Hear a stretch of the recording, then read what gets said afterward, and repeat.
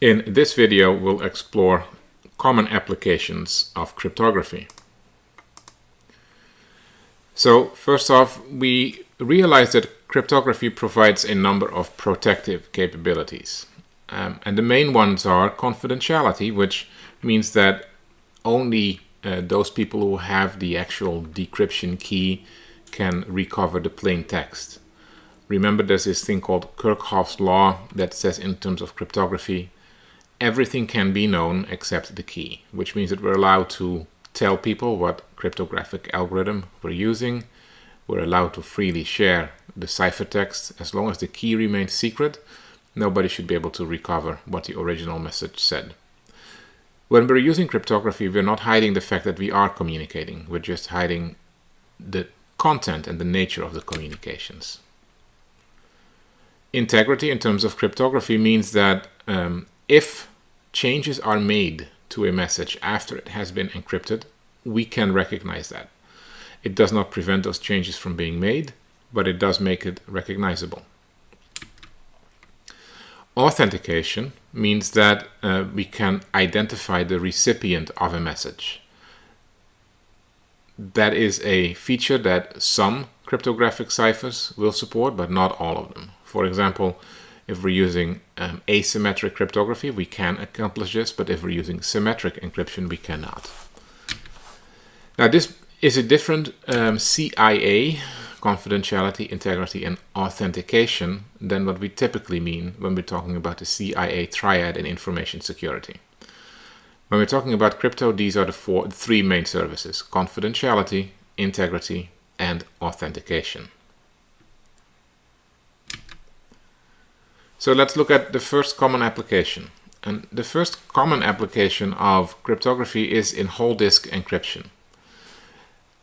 Whole disk encryption can take place at multiple levels, but the most commonly deployed one is at the operating system level, where the operating system will encrypt, well, not necessarily the whole disk, but in any case the file system that the OS has control over.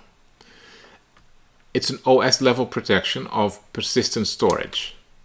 And what that does is, if the persistent storage, so the hard drive, for example, is removed from a device and mounted into a different device, normally without the encryption features activated, an attacker would be able to read whatever file is on there, whether it is the SAM file or other confidential documentation.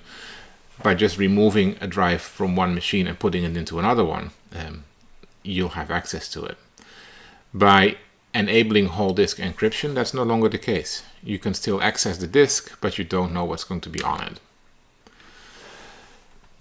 But it also means that in order for the operating systems to work and all the applications in the operating systems to work as well, that means that when the computer is on, the operating system has access to the data on the disk and is able to decrypt it.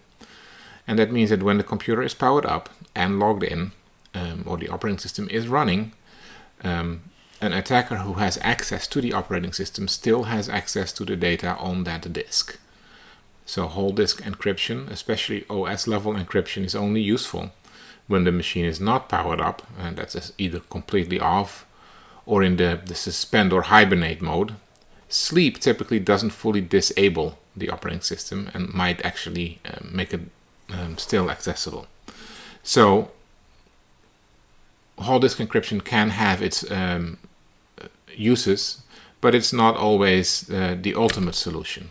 It primarily protects against loss and theft of devices and then removal of parts so that it can be accessed. Same thing when it comes to resale. We might sometimes see computers being sold up on offer on eBay, for example. We have formatted the content, but that doesn't necessarily mean that we can't recover it. If the disk would have been encrypted, that would have been a lot better. Modern operating systems, so Windows with BitLocker and Apple with File Vault, have this built in. The features are there. It depends on your licensing model whether or not you have access to it. iOS has, as well as Android, have the ability as well. iOS actually enables it by default. Android is still an optional setting to turn on whole disk encryption.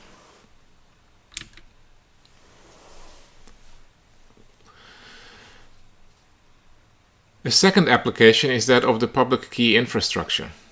The role of the public key infrastructure is to certify assertions. So basically, it's a trusted third-party system where I can make whatever claim I want, but I want someone independent of myself to validate my claims, so that when I make that claim to someone else, I can also show them, and look, this has been certified by whoever that third party may be, and you can trust them even if you don't necessarily trust me. That is an important component of how trust on the internet works today. This diagram maps out how the process works. Now, let's take a quick peek. We'll start here on the end entity on the right hand side of the screen. The end entity is the person who is requesting the assertion to take place. So, in other words, if I want to make a claim of identity to someone else, I have to go to the person who's going to certify my claim first, and that's called a certificate signing request. So, in the certificate signing request, I have a structured method of outlining all the things I want that certification body to validate and certify for me. The certificate authority then goes to do that. And of course, if it can check all the things it promises to check, it's going to issue a certificate with those checked elements on it. Where cryptography comes in place here is that the certificate authority has a asymmetric key pair. So it has a private key and it has a public key. Whenever the assertions have been created, the certificate itself will be signed with the private key of the certificate authority. And that means that anyone can now verify that, one, the contents in that certificate have not been changed since they were certified, and two, that they were certified by the certification authority. And that means that I now have a cryptographically protected document that I can present to someone else, and I can practically guarantee that it has not been altered. So in that aspect, it's actually a much stronger form of identity or identification, like, for example, a driver's license or a passport, which is just a piece of paper. And there might be some authenticators in there, but in general, not a whole lot. So I receive the certificate back as the end entity. And now I can go to my client and say, hey, listen, here I am. And look, this third party, this certificate authority has checked my identity claims, and they have certified that I'm indeed telling the truth. Here is my certificate, so you can check for yourself.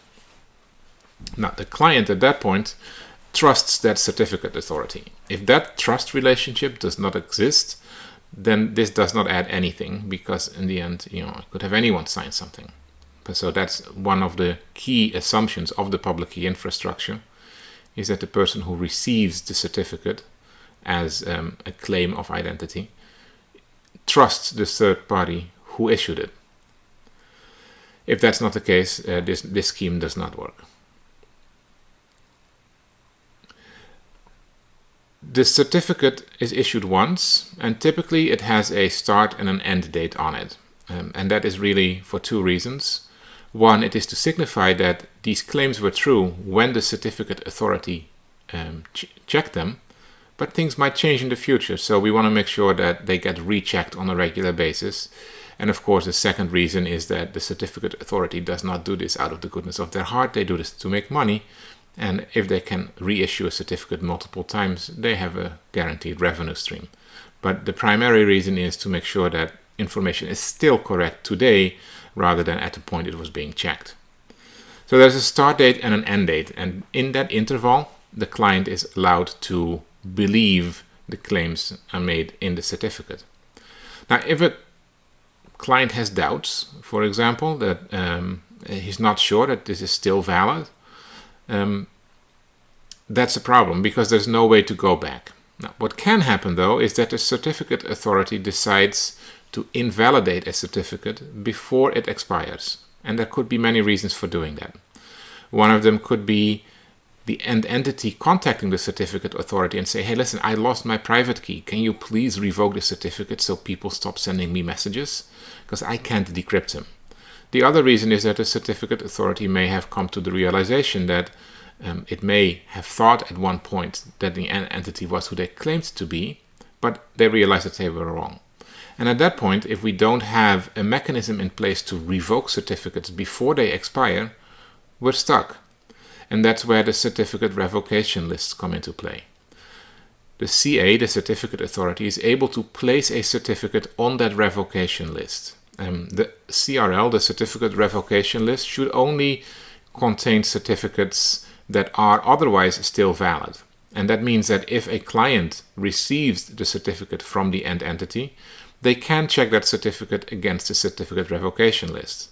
And that means that basically first the client says, hey, at the time that I presented my information to the CA, all of this was true. And then the second check against the CRL is that the client can validate whether or not the CA believes that it is still true. And at that point, what we have is a mechanism to make assertions, trustworthy assertions over the internet, trusted by a third party that we can use to make these claims and stick with them. Primary mechanism is to associate a verified identity with a public key. So that's one of those assertions. I could say my name is Professor Leune and this is my public key. The certificate authority can easily check that by encrypting a random message with my public key, sending it back to me and saying, okay, what does it say? If I indeed have the corresponding private key, I can tell them that, a challenge response. If I don't have the private key, in other words, I was trying to claim control of a public key that wasn't mine, I can't answer that question. But what really happens is we now have a mechanism to link a public key to an identity of an individual or an organization. And that's the basic concept on which certificates used for, say, authenticating websites work. We trust that certificate because someone else has verified that it was issued to the right website, and we trust that someone else. But it's still a trust-based relationship. And so that's the first concern there. The public key infrastructure is fully based on trusted third parties. It's still trust, and trust is not evidence. And so who do I trust? Well, and typically if I'm using a web browser, the web browser manufacturer will have decided for me who I trust, and there will be a list of certificate authorities built into my browser. I can change that. I can add or remove certificate authorities to that manually, but that certificate bundle, that initially set of trusted third parties, you've got to start somewhere. And in this case, the browser manufacturers have come together and say, listen, these are the criteria under which you'll make it into the browser. If you meet all of those, we'll add you as a trusted third party. So that means that introducing new trusted CAs must be a very closely vetted process. You want to make sure that no malicious certificate authorities make it into the browser, because at that point, any certificates presented by a client that were validated by that trusted malicious CA will still be accepted as true. Also means that if you are an attacker and you have a mechanism to introduce a new CA certificate into a victim's browser, you can control their perception of reality. The CA also must be ideally 100%, but at least very close to 100% certain that it's not going to issue certificates without proper validation. So if I can trick a CA in issuing a certificate to me, even though it isn't me, same thing. At this point, I can claim identity that's not really mine. I can spoof someone else's identity, and the browser will not alert on that. And then lastly, that key that the CA uses to sign its certificates, if that gets lost, well, then we have a real problem, because now I can generate CA certificates at will, CA issued certificates at will. And so these three are really the key weaknesses of the certificate authority. If you can compromise a CA signing key, if you can trick a CA into issuing invalid certificates or incorrectly issued certificates, or I can introduce a new CA into a browser as an attacker, I can control a lot of the user state. And all of these things have happened in the past. certificates have failed, certificate authorities I should say, because their keys were compromised or because they were issuing certificates to improper parties. For example, in 2011, DigiNotar, which was a certificate authority, accidentally issued invalid certificates. Now, there was a little bit more to it. At the time of reporting, this was attributed to the Iranian government, and the assumption was that they were using this to spoof Gmail domains, and as a result were reading email communications by some of the dissidents in their country. And so at that point, the CA breach became potentially a life or death related issue. Later, it was reported that it may not have been Iran after all. It could have been maybe the NSA. Either way, they were compromised, and as a result, they lost trust. And as soon as you lose trust, the browser manufacturers might revoke your existence from the browser, and at that point, you're kind of dead in the water. Additional detail is that DigiNotar was the certificate authority used by the Dutch national government. So all e-government immediately had to switch over to a different certificate authority, and it caused quite a bit of disruption. DigiNotar is not the only one that has gone out of business, but trust is the key issue. If you cannot trust your CA, it should not be part of your browser bundle, and at that point it doesn't matter who issued certificates, because you're never going to trust them. The other part is that many organizations operate in-house CAs, where we could, for example, issue certificates to all of our internal servers, and then we don't have to pay for it. We have closer control over it. Or if need be, we can do something called SSL on-the-fly decryption. That's useful. It's a legitimate thing to do. However, it's still a CA. And that means that all of those protections that need to be in place for a commercial, publicly accessible CA are also elements that need to be in place in-house. Currently, they are not always that. And so, like I said, these certificates are used for code signing, for example. So if I can get my hands on a code signing certificate instead of a regular website certificate, I might be able to introduce malware onto mobile devices. I could maybe introduce malicious software to the Google App Store or the Apple Store. All of those things are pretty serious consequences. Another clear example of widespread use of cryptography is in single sign-on mechanisms. Remember, a single sign-on mechanism allows computer systems to kind of delegate authentication to a third party, an authentication service. There's some serious benefits to single sign-on, such as that users only have to worry about one set of credentials, which means that hopefully they can choose strong credentials for those. It means that there's a lot less overhead. One set of usernames and passwords or second factor authentication will give you access to a multitude of services rather than having to manually re-authenticate to each individual service.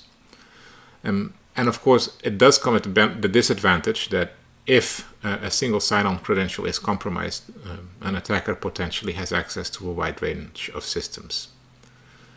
So we'll look at two of them. We'll look at Kerberos, which is the underpinning architecture, for example, in Microsoft's Active Directory system. And we'll look at SAML v2, which is often used for web-based single sign-on.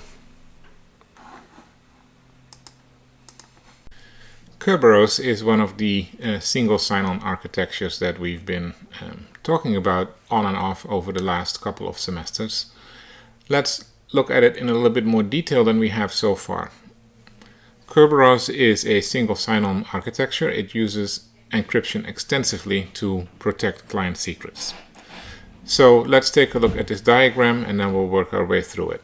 On the left-hand side is the client. The client is the entity who wishes to authenticate themselves to a system from which it wants service. In addition to authentication, the Kerberos system also has an access control component to it.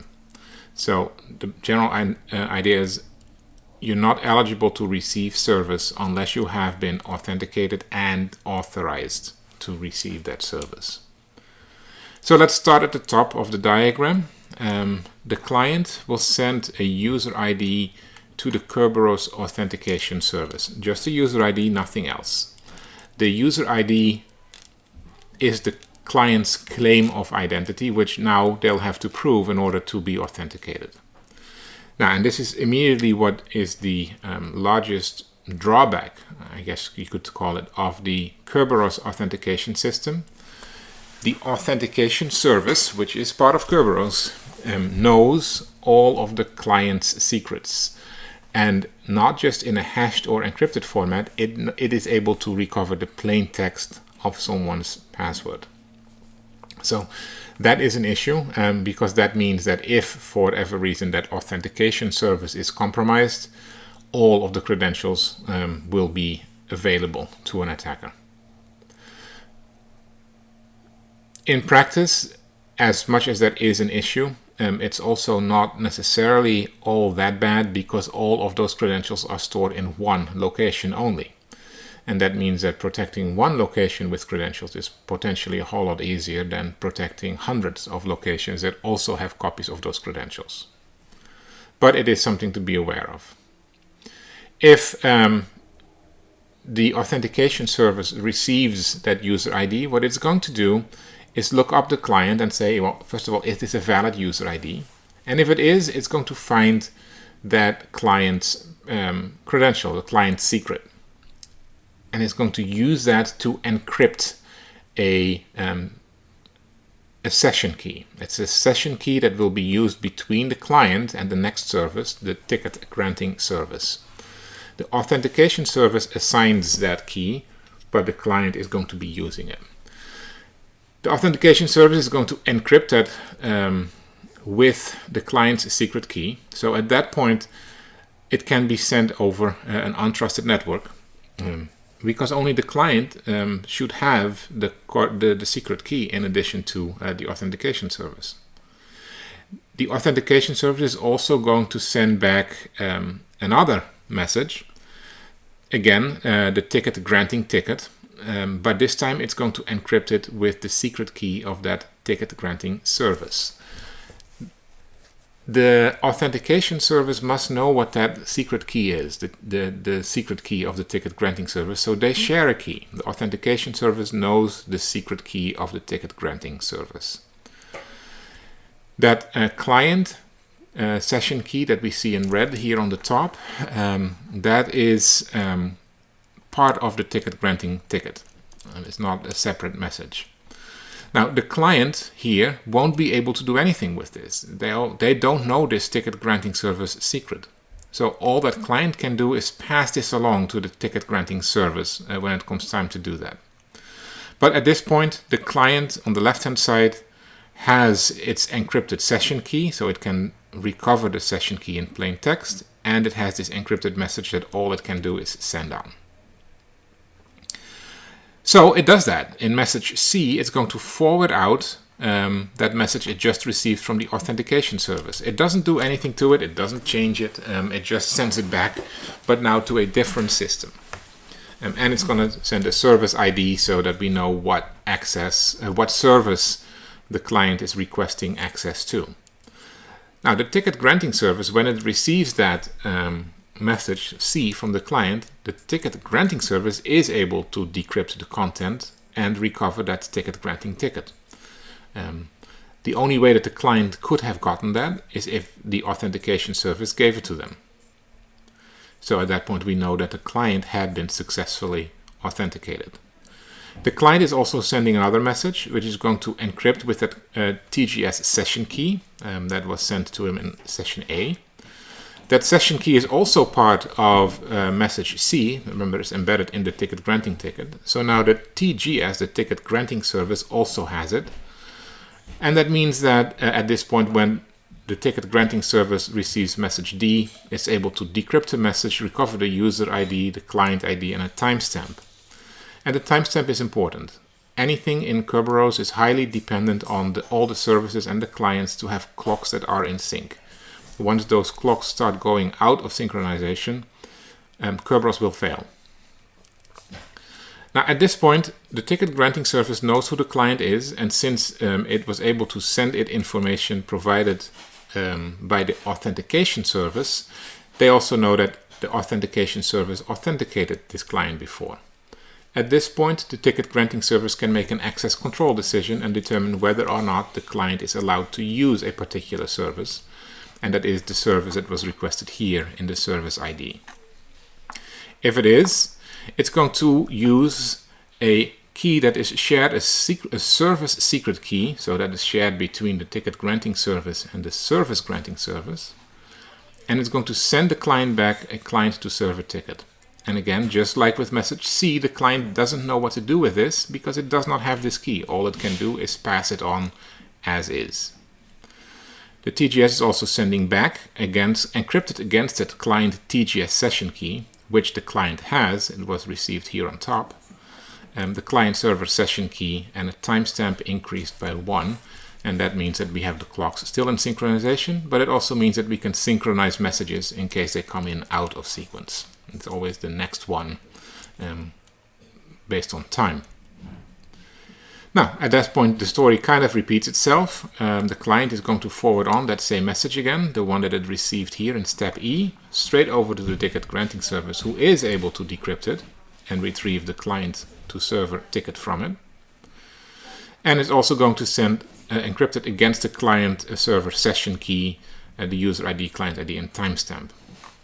Once that is all recovered and checked, the service granting ticket knows that this message must have come from the ticket granting service and that the ticket granting service would not have issued it if it didn't receive an authentication service message. And so, after going through a couple of hoops, the service granting service will return permission to the client to use the service. Once the client has that client server session key, they can use it to start requesting service.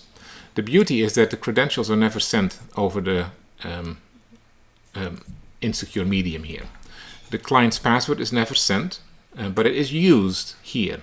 The ticket granting service password is never sent, but it is used. And the same thing for the service granting service. So even if an attacker can observe this whole back and forth, because everything is encrypted using symmetric encryption, or in newer iterations using asymmetric encryption, the secrets are safe, as long as the servers on which they live are safe. Now the basic idea is the client requests service. To do that, it needs to authenticate. Once it's authenticated, it will get some form of an authentication token back. With that token, they can say, okay, you just authenticated me. Can I now use this service? And when the service says, yeah, you can, it receives the service token and it can go request that service. So step by step, authentication, access control, and then the service itself. It's a pretty scalable situation. It works well. And every now and then, though, we find vulnerabilities in implementations of Kerberos. The Kerberos system itself is still considered to be fairly secure. SAML 2.0, or the Security Assertion Markup Language, is primarily a web-based authentication and authorization language. It's based on the basic idea. There's a lot of complexity to SAML for the different deployment modes, but the basic idea is that you have two entities, a service provider and an identity provider, and the name kind of describes everything. If you want to know who you are, you go to the identity provider. If you want to know how to use the service, you go to the service provider.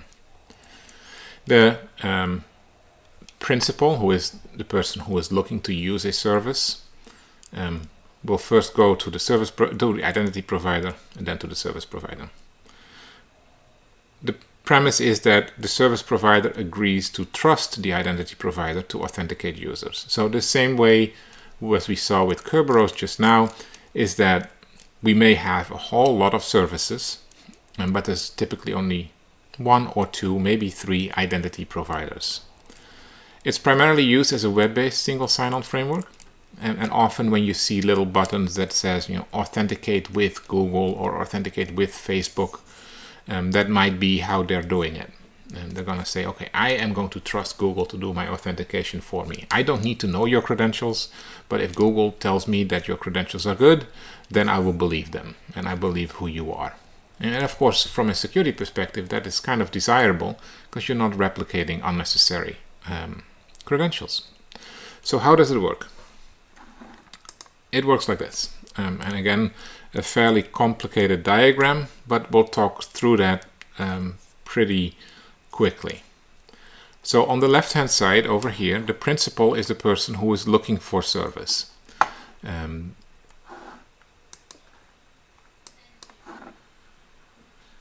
So the principal is the one that looks for service.